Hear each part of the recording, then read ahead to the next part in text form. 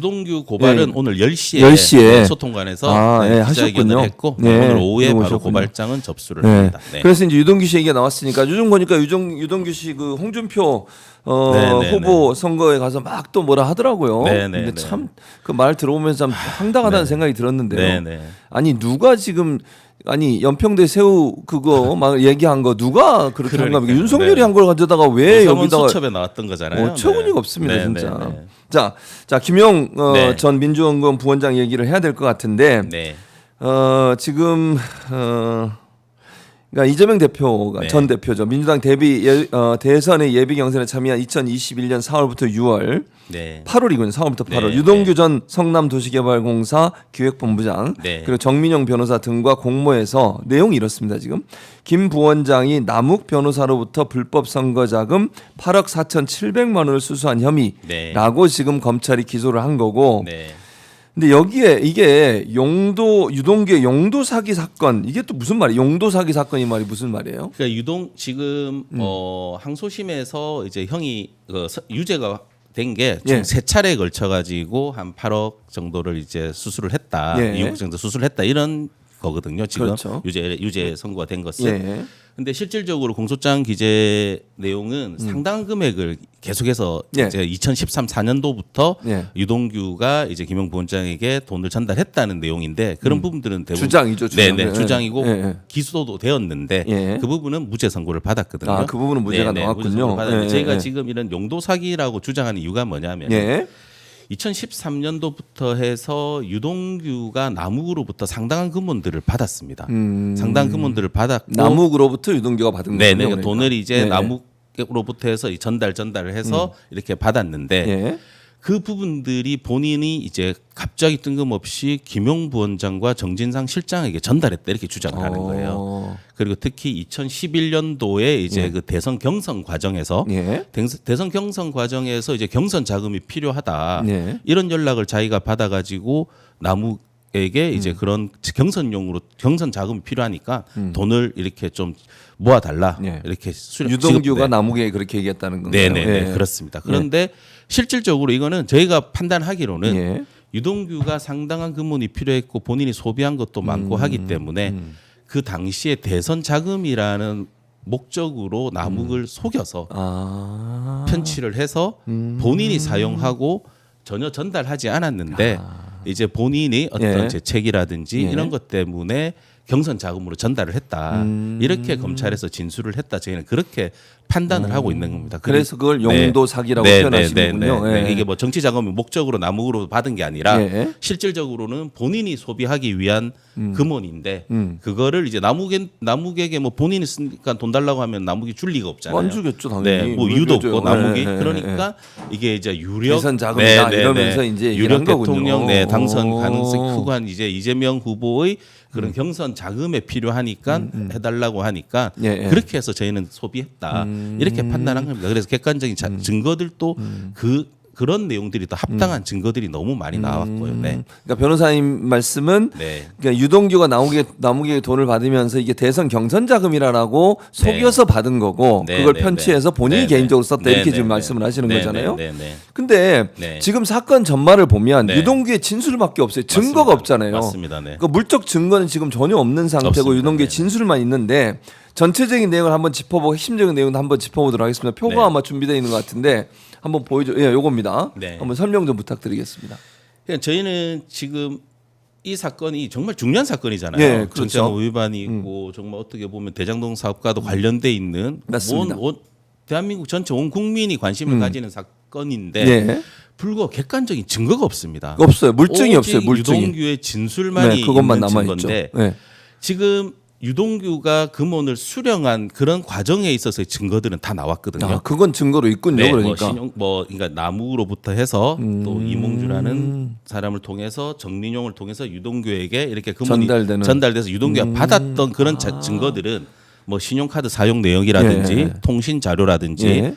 고속도로 통행 자료, 주차장 입출차 자료들을 예. 봤을 때 만나서 이런 내용들은 다 검찰에 제시했습니다. 예. 그러면 가장 중요한 거는 유동규가 김용 부원장에게 돈을 전달했다는 객관적인 증거가 증거가 있어야 나와야 되잖아요. 되잖아요. 그런 부분들은 하나도 없습니다. 근데 어떻게 유죄가 그래, 나와요? 그리고 예, 예. 유동규가 김용 부원장과 만난 날짜 예. 그리고 만난 사실 예. 돈을 전달했던 그런 어떤 모습 예. 그런 부분들에 대한 객관적인 증거가 사진이나 CCTV 이런 게 하나도 없다는 없습니다. 거잖아요. 네, 본 사람도 예. 없고 예, 예. 거기에 대해서 증인도 없고. 증인도 없고 예. 네, 오히려 뭐 유동규의 진술과 전혀 다른 예. 상반되는 진술을 관여자들이라든지 증인들은 하고 있는데도 불구하고 예. 유동규의 진술이 부정확하거나 불일치하는 부분들이 많은데 법원은 예. 간단하게 이렇게 판단했습니다. 어떻게요? 시간이 꽤 지났기 때문에 예. 자연스러운 기억의 오류에 불과하다. 아니 그게 말이 되면 그게 형사 말이- 재판에서 증거가 그렇죠. 없는데 그렇게 하면 안 되는 그러니까 거잖아요. 형사재판에서의 어떤 그 범죄 사실에 대한 입증 예. 책임은 검찰에게 있는 그렇죠. 거거든요. 검찰에게 있죠. 만약에 그 부분에 대해서 입증이 안 됐다고 하면은 당연히 무죄가 선고돼야 무죄가 선고되는 됩니다. 게 맞는 거죠. 그리고 지금 유죄가 선고된 유동규가 김용 부원장에게 3번 돈을 이제 지급했다고 주장을 하는 네, 그게 거죠.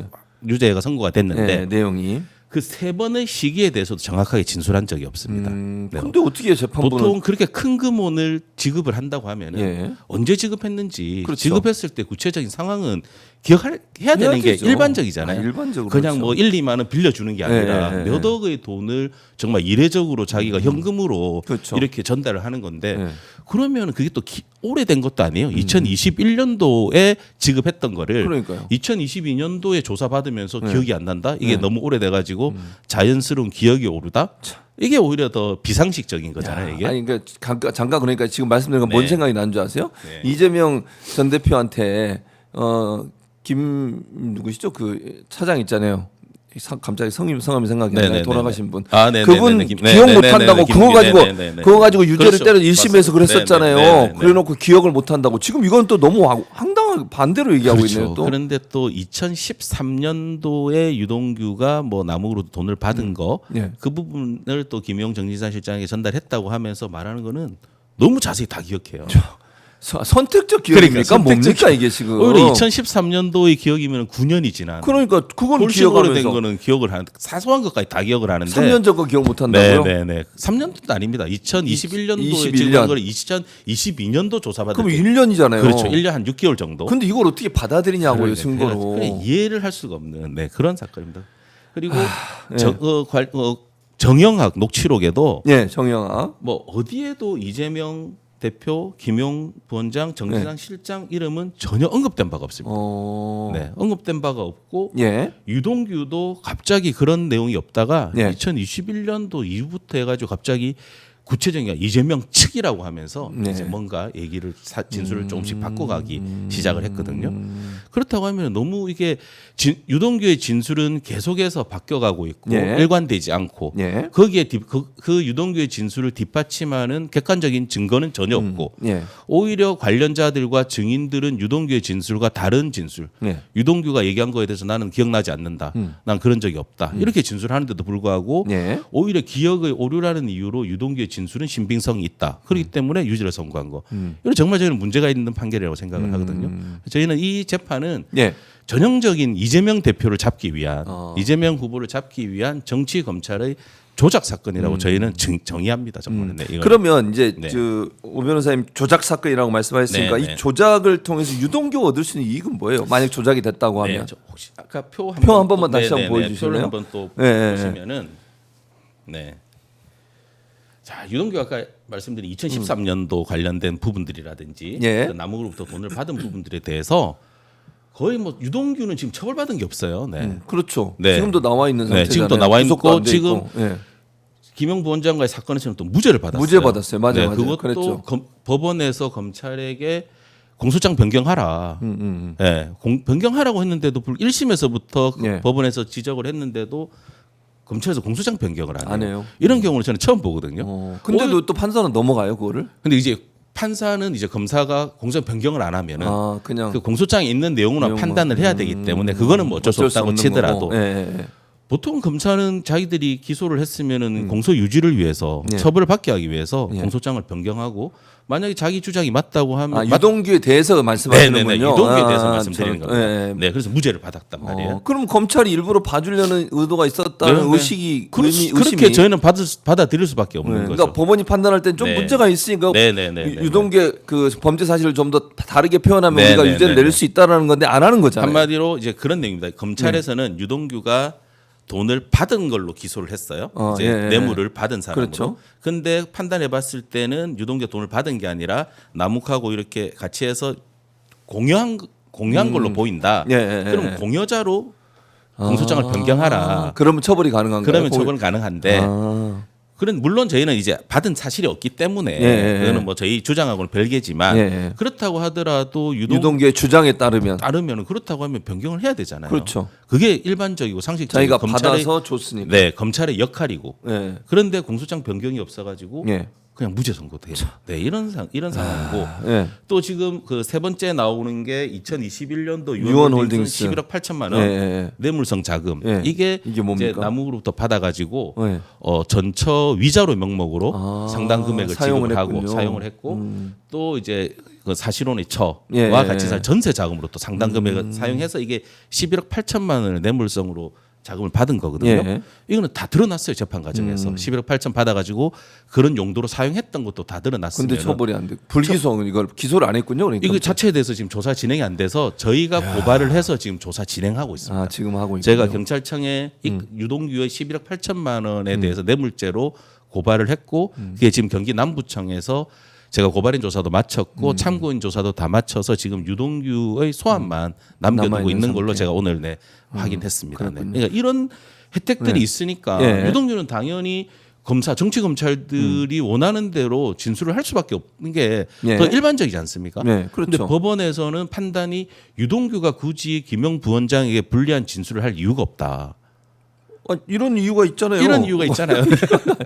이게 이렇게 큰 이유가 있는 이게 이 정도보다 더 진짜. 큰 자기에게 이익되는 게 어디 있습니까? 그러니까요. 이게. 아니 그 재판부가 네. 볼 때 이런 것도 있을 수 있잖아요. 공소장 변경을 요청했는데 안 하는 이유가 네. 검찰이 왜 안 할까? 그러니까요. 이거 네. 봐주려고 하는 거 아니야? 그렇죠. 이런 의심을 네. 좀 가져야 되는 거 아닙니까? 그렇죠. 저는 그게 당연한 거 아닙니까? 일반 예, 상식적인 거고. 예. 그런데도 불구하고 계속해서 이 재판이 이렇게 비상식적으로 진행이 되고 항소심까지도 이렇게 판결이 선고되니까 참 이 정말 답답한 상황이네요. 네, 정말 답답한 상황. 그리고 원심 판결은 네. 자유 심증주의의 한계를 현저하게 일탈한 판결이라고 주장을 하셨어요. 네. 그러니까 이제 상고를 했는데 네. 지금 대법원에 가 있는데요. 네, 이 그렇습니다. 자유 심증주의라는 게 무엇이고 어떤 부분을 말씀하시는 거예요? 자유심증주의라는 게 예. 우리 형사소송법 308조에 규정이 돼 있는데 예. 이제 재판 과정에서 증거들이 많이 있잖아요. 예. 그 증거 중에서 증거 능력이 있는 증거들에서 그 증거가 어느 정도 믿을 수 있는가, 증명력이 어느 정도 되느냐를 이제 법관이 자유 판단에 의해서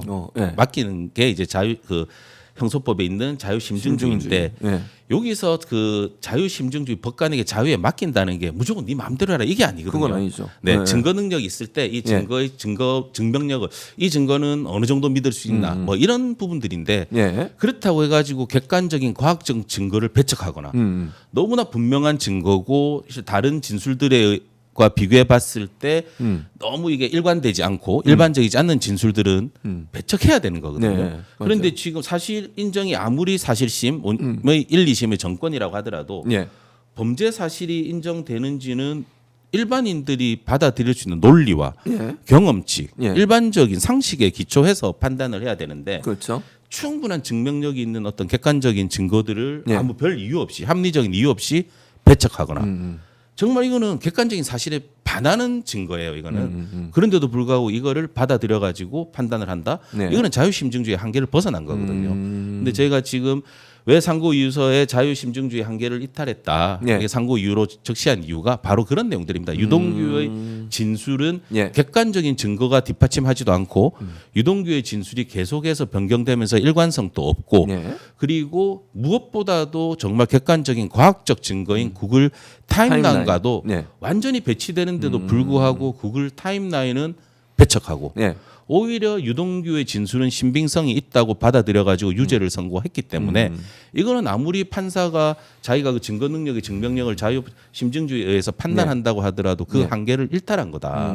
네, 그런 이유가 저희가 큰 상고 이유 중에 하나입니다. 네. 네, 네. 자, 근데 구글 타임라인을 얘기 안 할 수가 없는데 이게 그렇습니다. 지금 네. 이제 김용 부원장 측에서 우리 변호사님도 마찬가지고 네. 끊임없이 그거를 문제를 제기했고 이게 예전에 재판에서 몇 번 채택된 걸로 저는 알고 있는데요. 네. 이게 받아들이지 않았거든요. 왜 그런지. 그리고 구글 타임라인에 진실이 있다고 볼 수밖에 없잖아요. 왜냐하면 그건 속일 수가 없는 거고 기록을 바꿀 수가 없는 거 아닙니까? 어떤 문제가 있는 거예요? 왜 안 받아들인 거예요? 구글 타임라인을. 구글 타임라인이 검찰이 가장 많이 이용하는 증거 방법입니다. 아, 검찰이 이용하고 있군요. 검찰이 뭐 휴대폰이나 이런 걸 데이터를 압수수색 해가지고 구글 타임라인으로 뭐 동선이라든지 그 확인해보고 공소사실 일시 장소에 뭐 그 현장에 있었는지를 하기 위해서 구글 타임라인은 검찰에 가장 많이 사용하는 증거거든요. 그래서 검찰이 구글 타임라인에 의해 가지고 그 증거에 의해서 유죄를 선고받고 한 경우가 너무 많거든요.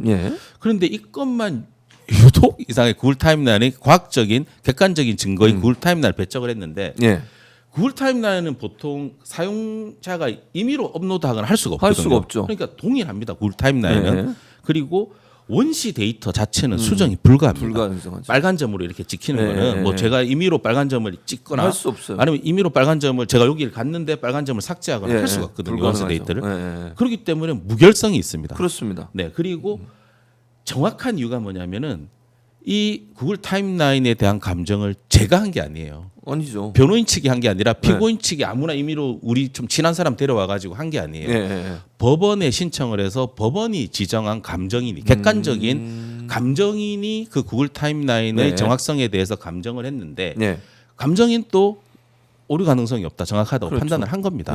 그렇기 때문에 객관적인 그 디지털 증거인 구글 타임라인은 아까 말씀드린 게 동일성이 있고 무결성이 있고 정확성이 있기 때문에 그만큼의 증거 가치가 더 높은 거거든요. 그렇다고 하면 이거는 법 판사가 판단할 게 아니라 감정인의 의사를 존중해야 되는 거죠. 그렇죠. 판사가 이 구글 타임라인 이쪽의 전문가가 아니잖아요. 맞아요. 그렇기 때문에 감정인의 의사를 존중해야 되는데도 불구하고 그런데도 불구하고 구글 타임라인이 오류 가능성이 있다고 판사가 그랬어요. 배치한 겁니다. 배척한 겁니다, 이게. 근데 그 전에 그럼 다른 재판에서는 받아들였는데 왜 그러는 거예요? 그러니까 저희는 유독 이해할 수. 그래서 이 부분도 이건 무조건 상고에서 뒤집어야 될 문제다. 이거는 이렇게 객관적인 증거가 어디 있습니까? 그리고 지금 그 처음부터 구글 타임라인을 주장한 게 아닙니다. 2000 재판이 항소심이 진행될 때 2023년 6월경에 우연히 구글 타임라인이 켜져 있는 것을 발견을 하고 이거를 한번 이제 확인을 해보자 해서 한 건데 근데 2023년 5월 4일 구글 타임라인에 대한 확인하기 전에 김용 부원장이 진술했던 뭐 동선이라든지 이런 부분과 실제로 구글 타임라인 모두 동일합니다. 그러니까 구글 타임라인을 보고 진술한 게 아닌데 그 전에 진술한 내용과 객관적 데이터가 일치한다. 그럼 거짓이 없다는 거죠. 거죠. 그러면 오히려 피고인의 진술이 더 객관적인 과학적인 데이터 증거와 부합하기 때문에 더 신빙성이 있는 거잖아요. 그렇죠. 근데 유동규 말만 믿는 거잖아요. 그렇죠. 네. 그런데 유동규의 진술 아까도 말씀드렸지만 계속해서 변경되고 관련자들 증인과의 그런 증언과도 배치되고 그런데도 불구하고 유동규의 진술은 뭐 기억이 오래됐기 때문에 좀 뭐 오류가 있을 수가 있다. 네, 그런데 유동규는 뭐 김용 부원장에게 실질적으로 뭐 불리한 진술을 할 이유가 없다. 그건 자기 생각인 거죠. 어처구니가 없네. 네, 정말 어처구니 그런 내용들로 해서 이렇게 배척을 한 거거든요. 그런데 사실 이게 중요한 이유는 뭐 김용 부원장의 개인적으로 너무 억울한 부분이 있지만 지금 검찰이 이렇게 하는 행동은 이재명 전 대표를 향해서 이게 왜냐면 재판이 아직은 이재명 대표까지는 안 간 거 아니에요? 그렇죠. 지금 안 하고 있지만 이게 만약에 유죄로 나오면 최종적으로 그럼 이재명 대표를 겨냥하는 거잖아요. 그렇죠. 만약에 이게 지금 김용 부원장이 유동규 남욱 통해서 유동규를 통해서 돈을 받았다면 이거는 지금 전제가 경선 자금으로 받았다는 거예요. 이재명 전 대표의 경선 자금이라는 경선 자금을 받았다는 거예요. 이게 유죄가 확정이 되면은 다음 수술은 당연히 이재명 전 대표죠. 이재명 전 대표에게 넘어갔다고 얘들은 할 거 아니에요. 그렇게 주장하겠죠. 검찰은. 그럴 수밖에 없는 거거든요. 그러니까 이게 중요한 거예요. 이게 단순히 우리가 잘못해 생각하면 지금 당장 이재명 전 대표와 연관이 없으니까 뭐 우리가 관심을 안 가져도 되겠지 이렇게 생각하면 안 된다는 문제. 이게 김용 부원장 문제뿐만 아니라 이게 이재명 전 대표를 겨냥해서 거기서 지금 수사가 진행된 거고 유동규라는 사람이 요즘 행보를 보면 정치인 같아요. 제가 볼 때는 그분은 지난번 출마도 한번 하지 않았나요? 그렇죠. 어디서? 개항에 이재명 대표 지역구에 출마했다가 자유통일당으로 출마를 했다가 그래서 좀 시청자분들도 이거 정말 관심을 가져야 되는 게 이거 제대로 관심 안 가지면 나중에 어떤 일이 벌어질지 몰라요. 맞습니다. 그리고 유동규라는 사람이 얼마나 그러니까 모르겠습니다만 결과가 끝나봐야 되겠지만 지금 하는 행보를 보면 본인의 정치적 계산, 본인의 이익 이런 것들 때문에 이러지 않았나는 의심이 강하게 드는 상황이 있거든요. 그러면 유동규의 여러 의심스러운 정황들은 어떤 게 있습니까 지금? 재판관이 드러나는 게 일단은 유동규가 예.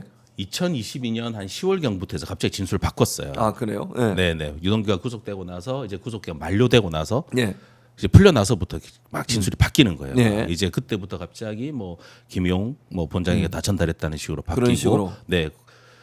그런데 또 2022년 10월경에 검찰청에 소환돼서 수차례 조사를 받았는데 조서의 기재는 없어요. 없어요. 검찰과 면담 형식으로 계속 한 거예요. 그게 말이 됩니까? 그러니까 그 면담 과정에서 검찰과 어떤 얘기가 오고 갔는지 저희가 알 수가 없잖아요. 알 수 없죠. 그래서 보통은 그런 거는 검찰에서 하면 안 되는 거거든요. 당연히 소환해서 불렀으면 기록을 다 남겨야 되는 거예요. 조서로 남겨야죠. 네, 기록에 네. 조서를 남겨야 되는데도 불구하고 예. 오히려 면담 형식으로 계속해서 검찰과 유동규가 둘이서 얘기를 주고받고 했다고 하면은 충분히 검찰 측에서 회유하고 뭐 했을 수도 있잖아요.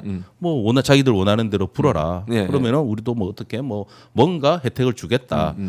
충분히 그럴 수가 있다고 저는 생각하고 예. 또 그렇게 생각을 했는데 실질적으로 그렇게 되고 있잖아요. 지금 상황 유동규의 형사 사법 리스크는 거의 다 사라지고 있어요. 무죄 받고. 네, 무죄 받고 아예 기소도 안 하고 네. 조사도 안 하고. 이제 그러니까 김용 부원장은 막 구속이 네, 돼서 네. 2심까지 나오고 이렇게 그렇습니다. 된 상황이고. 네. 그렇기 때문에 이거는 문제가 많습니다. 그리고 네. 혹시 제가 한번 의심선정 표를 하나 좀 네, 표 그거 간단하게 정리한 건데, 네. 보여주 요거죠. 네, 네. 네. 보시면은 예. 저게 이제 간단하게 먼저 말씀드리면 예. 유동규가 업자에게 3억 원의 차용증을 써준 사실이 이건 어떤 의미냐면은 2013년도 예. 유동규가 남욱으로부터 3억 원을 받았는데 예. 3억 원을 받고 본인이 썼는데 예. 나중에 갑자기 이제 뭐 김용 부원장과 정지장 실장한테 1억씩 줬다. 1억씩 나눠 가지고 그랬다 진술을 하는 거예요. 예. 그런데 그 당시에 유동규가 업자한테 예. 돈을 빌려 가지고 예. 못 갚은 엄청난 급박한 상황이었어요. 상황이. 그게 차용증이 있고 객관적인 증거가 있잖아요. 그렇죠. 그리고 돈이 필요했다. 네네, 이런 돈이 거죠. 필요했고 네. 업자들이 찾아와서 유동규에 계속 돈을 갚아라고 한 압박하고. 그 압박도 있었고 오. 그리고 유동규가 남욱이나 뭐 그쪽 관련자들에게 예. 자기는 상황이 급하니까 좀 돈을 뭐 달라고 했던 관련자들 진술이 있는 거예요. 그게 2020 남욱 10년 정의원 정의학 정재창 진술이 일관되는 거예요. 오. 업자에게 돈을 빌려서 급하게 갚아야 한다. 3억 하면서 달라. 3억을 요구했다. 오. 그런데 이거를 자기가 급한 상황에서 3억을 요구해서 받았는데 그거를 김용 부원장, 정지장 실장에게 말이 안 되죠. 말이 안 되잖아요 이게. 논리적으로 그러니까 말이 안 되잖아요. 말이 안 되잖아요. 지금. 네, 그런 것도 있죠. 네. 그리고 정영학 녹취록에 나타난 게 예. 아까 말씀드렸지만 정영학 녹취록에는 이재명, 김용, 정진상에 대한 언급이 전혀 없습니다. 전혀 없군요. 그리고 정영학 녹취록에 나타난 게 2층도 모르게 내 부인도 모르게 2층이라는 게 바로 그 성남 시장실. 예, 맞습니다. 그러니까 아마도 이재명 대표도 모르게 당시 시장도 하는 모르게 거죠. 하라는 예, 이거예요. 예, 그렇죠. 그리고 대포폰 마련하고 대포폰. 대포폰 왜 마련해 옵니까? 그러니까요. 자기가 뭔가 숨기려고 하는 하니까. 거니까 예, 예. 이런 정황이 있는 거예요. 그리고 보시면 2012년 6월경에 17평 아파트에서 47평으로 이사를 유동규가요? 해요. 네네네. 오. 유동규가 이사 돈이 어디서 나왔어요? 유동규가 얘기하는 게 그겁니다. 예. 2012년경에 이제 3억 원을 받은 게 예, 자기가 예, 공박하지 않았다. 오. 기존에 17평 아파트를 팔아가지고 아. 돈을 일부 갚고 예. 나머지는 또 전세로 이사를 했다는 건데 그 그게 주장. 근데 그게 말이 안 되는 거죠. 예, 예. 비용이라든지 이런 게. 예, 그 예. 돈을 갚고 왜냐하면 그 17평 아파트가 예. 상당한 채무가 있었던 겁니다. 아. 2억 3,700 정도에 팔았는데 예, 예. 한 1억 6천인가 1억 7천에 채무가 있었어요. 아, 그럼 남은 돈이 얼마 없잖아요. 얼마 없잖아요. 네. 그런데 얼마 없는 걸 돈을 갚고 40층 아파트는 뭐 어떤 돈으로 말이 안 이사갑니까? 되죠. 말이 안 네, 되잖아요. 네. 네, 그렇고 또 뭐 중형차도 갑자기 현금으로 구입하고 구입을 돈이 하고. 어디 있어서 이렇게 현금으로 구입하고 네, 이런 게 네, 네. 있고 또 지금 마지막이 당시 공사 설립에 피고인 김용이 관여한 적이 없다 이거예요. 이번에 김만배 무죄 나왔죠. 무죄 받았잖아요. 네, 무죄 나왔죠. 성남도시공사 관련돼서 네, 네. 전혀 뭐 이렇게 뭐 로비하거나 한 적이 그런 게 없다고. 없다고. 네. 또 마찬가지. 그 로비하고 할 필요가 없이 당연히 그렇게 진행되는 건이기 때문에 로비를 하거나 해서 돈을 받거나 요구하고 할 필요가 없었던 건입니다. 그러니까 김만배하고 그 당시에 최길룡 의장, 네, 의장. 이 두 사람에 대해서 무죄를 내린 그렇죠, 네. 재판부는 네. 증거가 없다는 거 아닙니까? 그렇죠. 네. 근데 이것도 지금 맞습니다. 지금 말씀하신 분과 연관이 돼 있는 거잖아요. 전체적인 이제 대장동 사업에 대한 검찰의 주장이 깨지는 거죠. 네. 근데 여기는 왜 유독 김용 네. 재판에서만 유동규 말을 들어주는 거예요, 대체? 그래서 저희가 일단은 그 김만배의 무죄 관련된 부분들도 예. 법원에 지금 상고 보충서를 제출을 했습니다. 예, 이런 부분들 때문에 이제 전체적인 뭔가 유동규의 진술의 신빙성이 깨어지는 거고 어떻게 보면 대장동 사건 전체가 검찰이 조작한 거기 때문에 새로 봐야 된다고 저희는 주장하는 거기 때문에 이제 하나하나 저희가 뭐 깨가기 시작해야 되는 거죠. 네. 근데 이제 많은 사람들이 우려하는 게 이런 네. 거예요. 대법원은 이제 어쨌든 그 법리적인 판단 이런 것만 본다고 하니까 이제 걱정이 되는 거잖아요. 2심에서는 뭐 어느 정도 다퉈볼 수 있는데 이게 뭐 변호사님이 가서 뭐 여러 가지 의견서 내고 하겠지만 그래도 대법원에서 뒤집힐 가능성은 있는 거죠. 전혀 그렇죠. 없는 건 아니죠. 네. 이거는 뭐 저희가 사실관계가 잘못됐다는 게 물론 사실관계도 잘못됐지만 대법원에서는 사실관계의 잘잘못을 판단하는 게 아니기 때문에 그렇지만 아까 말씀드린 자유심증주의 원칙이라든지 법리 오해라든지 또 이게 증거 채택에 잘못된 부분이라든지 이런 부분들이 전부 다 상고 이유가 되는 거거든요. 그리고 이 항소심 판결 이후에 새로운 판결이 나온 거잖아요. 김만배 그렇죠. 판결은 새롭게 밝혀진 거고 하기 때문에 그런 부분들이 저희는 뭐 상고심에서는 좀 잘 또 될 거다. 네, 잘 좀 판단해서 박이안송되지 않을까 저희는 그렇게 생각하고 있습니다. 근데 재판부가 1심과 2심이 다른 재판부죠? 네, 그렇습니다. 근데 왜 이해를 못 하겠네. 도저히 얘기를 들어보면 납득이 안 가요, 솔직히 말씀드리면. 특히 좀 항소심이 아쉬운 게 아쉽다기보다는 좀 상당히 좀 분노가 되는 게 아까 말씀드린 그런 구글 타임라인까지도 객관적인 채택을 안 하고 증거를 다 제출을 했었고 항소심에서도 1심 판결을 뒤집을 만한 증거들이 너무 많이 나왔는데도 불구하고 전혀 채택을 안 했어요. 거기에 대해서 채택하지 않고 거기에 대해서는 또 자세히 구체적인 설명도 없이 그냥 배척하고 유동규의 진술인 신빙성이 있다 이렇게 판단을 했기 때문에 이거는 명백한 이거는 정말 법리 오해고 자유심증주의 일탈이고 한계 일탈이고 이런 거기 때문에 대법원에서 정말 좀 현명한 판단을 해서 바로잡아야 되지 않을까. 이건 정말 저는 아까도 처음 말씀드렸지만 이 사건은 대장동 사건은 이재명 대표를 잡기 위한 정말 정치 검찰의 조작 사건이거든요. 목표는 하나예요. 이재명 전 대표를 잡기 위한 거기 때문에 그렇기 때문에 무리해서라도 유동규에게 뭐 이렇게 진술을 좀 이렇게 번복시키고 해유시키고 했다고 보거든요. 그게 또 유동규의 어떤 형사 리스크가 어떻게 해결됐는지 보면 또 나오잖아요.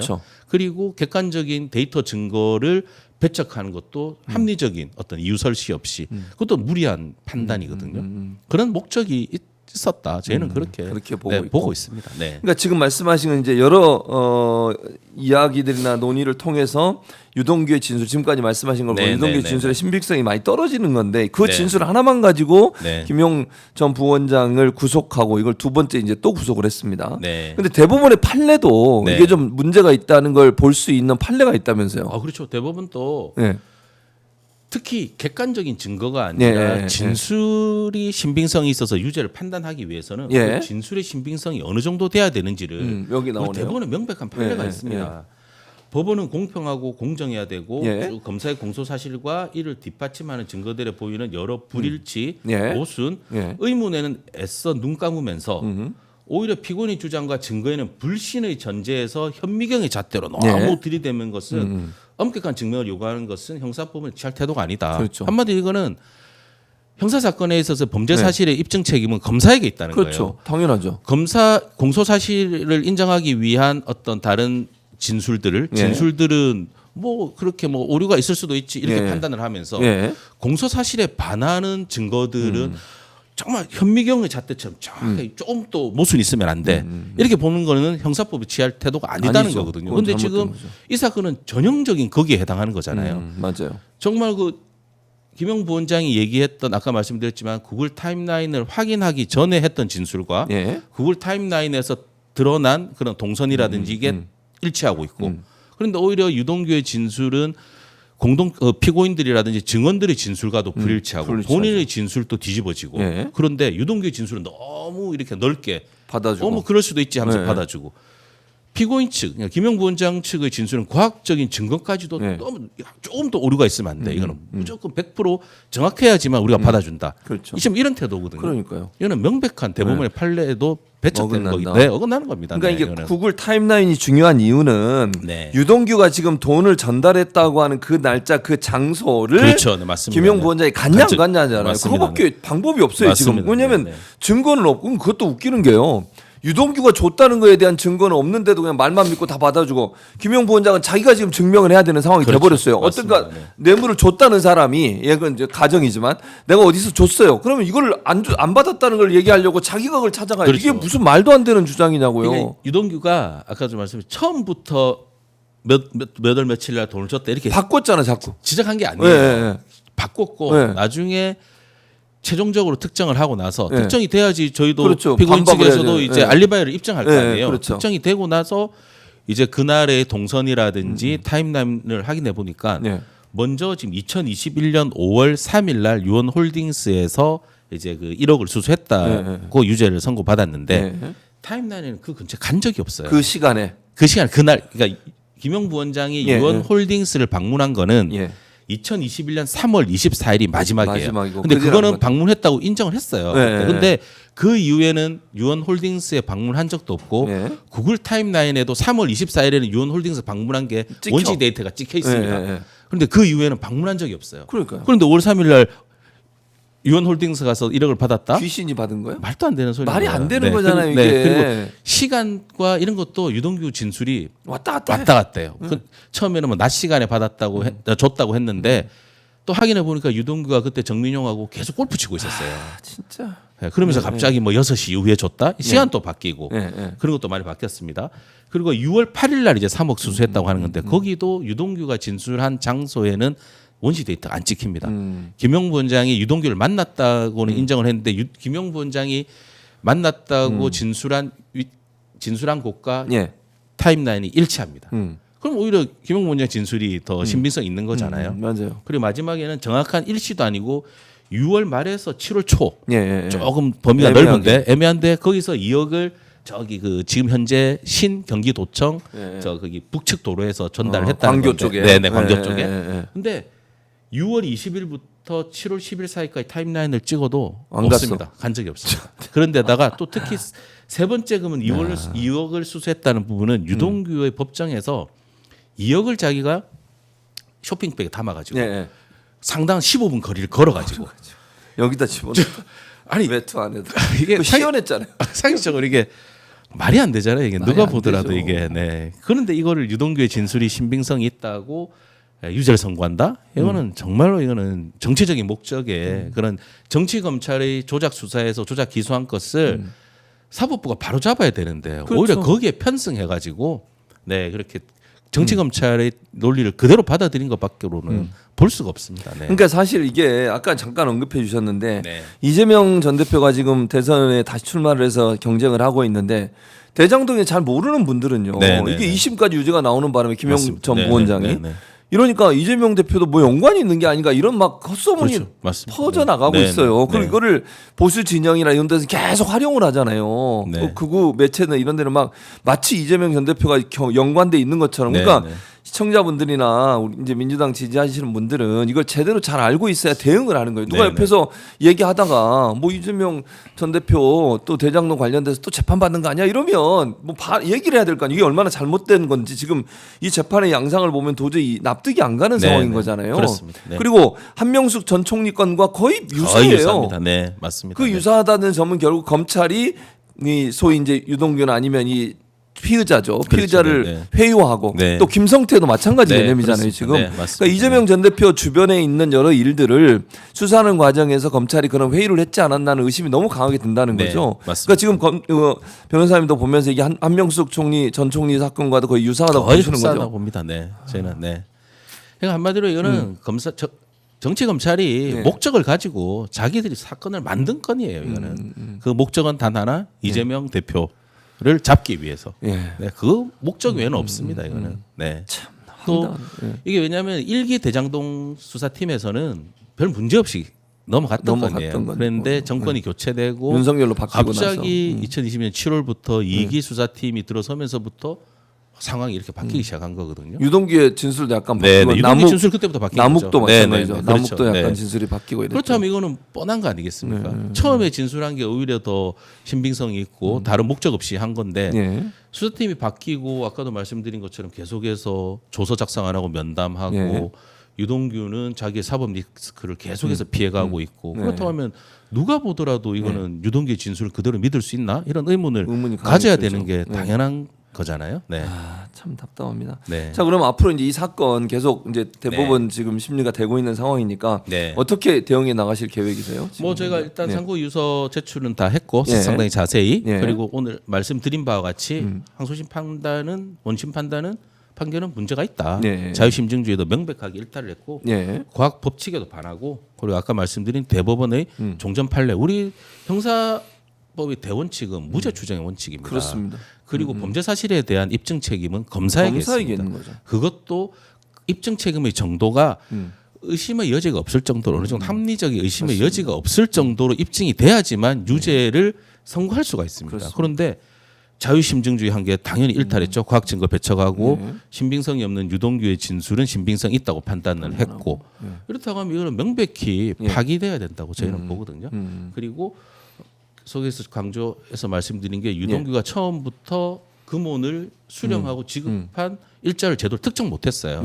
그리고 금온을 지급했을 때 당시 상황에 대해서도 자세히 진술을 못하고 진술이 계속 변경되고 그리고 다른 피고인과 증언과의 진술과도 완전 불일치합니다. 그것만 또 그리고 유동규 진술이 계속 변경되고 이렇다 하면 당연히 이거는 파기돼야 될 사건 아닙니까? 이거 이런 사건이 그대로 정말로 유죄가 확정된다. 그럼 앞으로 우리 국민들께서 검찰이 당연히 지금 못 믿고 있지만 법원까지 이렇게 못 믿는 상황까지. 그렇죠. 그럼 앞으로 모든 법원이나 이런 재판에서 국민들이 납득할 수가 없잖아요. 이거는. 네. 뭔가 또 이게 다른 요인이 있나 이렇게 의심을 할 거고. 네. 그러니까 특히 저는 이제 쌍방울 건하고 대북 송금 뭐 의혹 사건, 그다음에 이 김용 대장동 사건, 요 두 개의 사건이 이재명 전 대표를 어떻게든지 괴롭히려고 하는 그런 사안으로 보이고 두 사건 다 지금 의심이 되는 건 검찰이 피고인들을 또 주요 이제 사건 관계자들을 회유한 게 아니냐 이런 논란이 계속 있는 거잖아요. 뭐 회유한 걸로 논란이 계속 있고 또 거기에 맞춰 가지고 그 회유된 사람들은 계속 혜택을 받잖아요. 맞죠. 김성태도 구형이라든지 형이라든지. 그렇죠. 오히려 김성태 같은 경우에도 검찰에서 그 구형하면서 뭐라고 해서 건실한 기업가라고. 무슨 그게 말 출신을 보세요. 출신을 건실한 기업가인가. 아니 그 검사가 뭐 피고인의 뭐 변호인이에요? 그러니까요. 변호인도 아니고 자기가 구형하는 피고인을 건실한 기업가라고 하고. 진짜. 한마디로 그냥 앞으로 우리 검찰 얘기만 잘 들어. 그럼 우리가 알아서 잘 좀 이렇게 봐줄게. 그거랑 마찬가지인 거잖아요. 네.